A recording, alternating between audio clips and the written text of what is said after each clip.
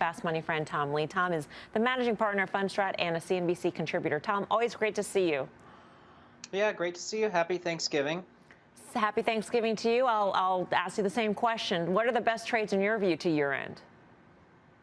I think interest rates are going to be one of the key pivots, but from an equity perspective, we're entering a seasonally strong period.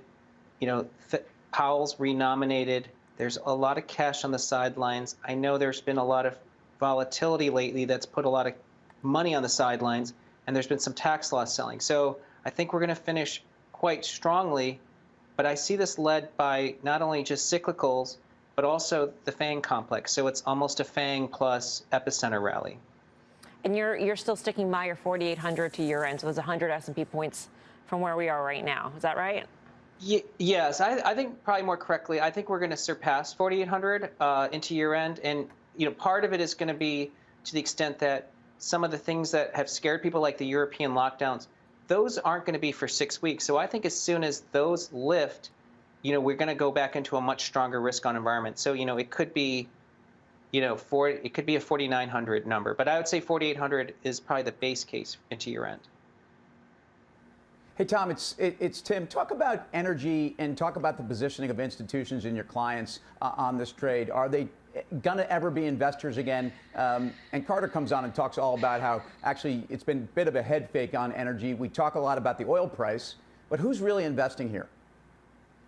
I'd say that investors in 2021, institutional, kind of looked at energy but from a distance, because they thought, okay, this is a small group and it's made a big move, and they figured oil wasn't really going to go anywhere.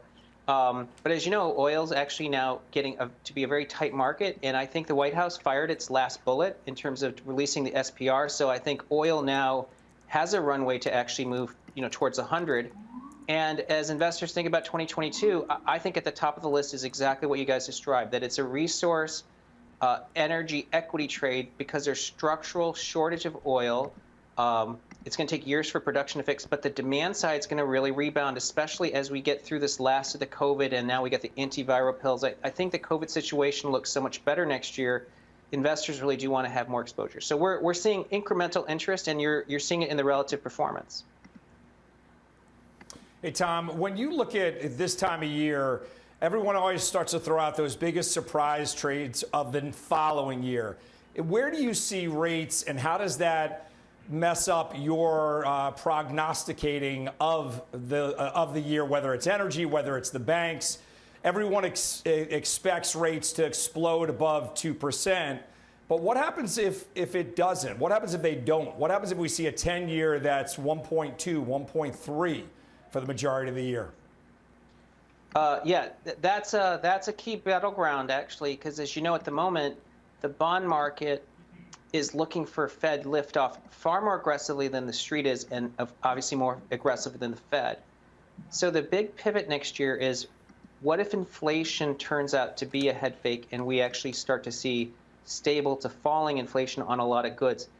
That would be a big shock, because you would see, as exactly described, a huge adjustment across the entire curve of yields.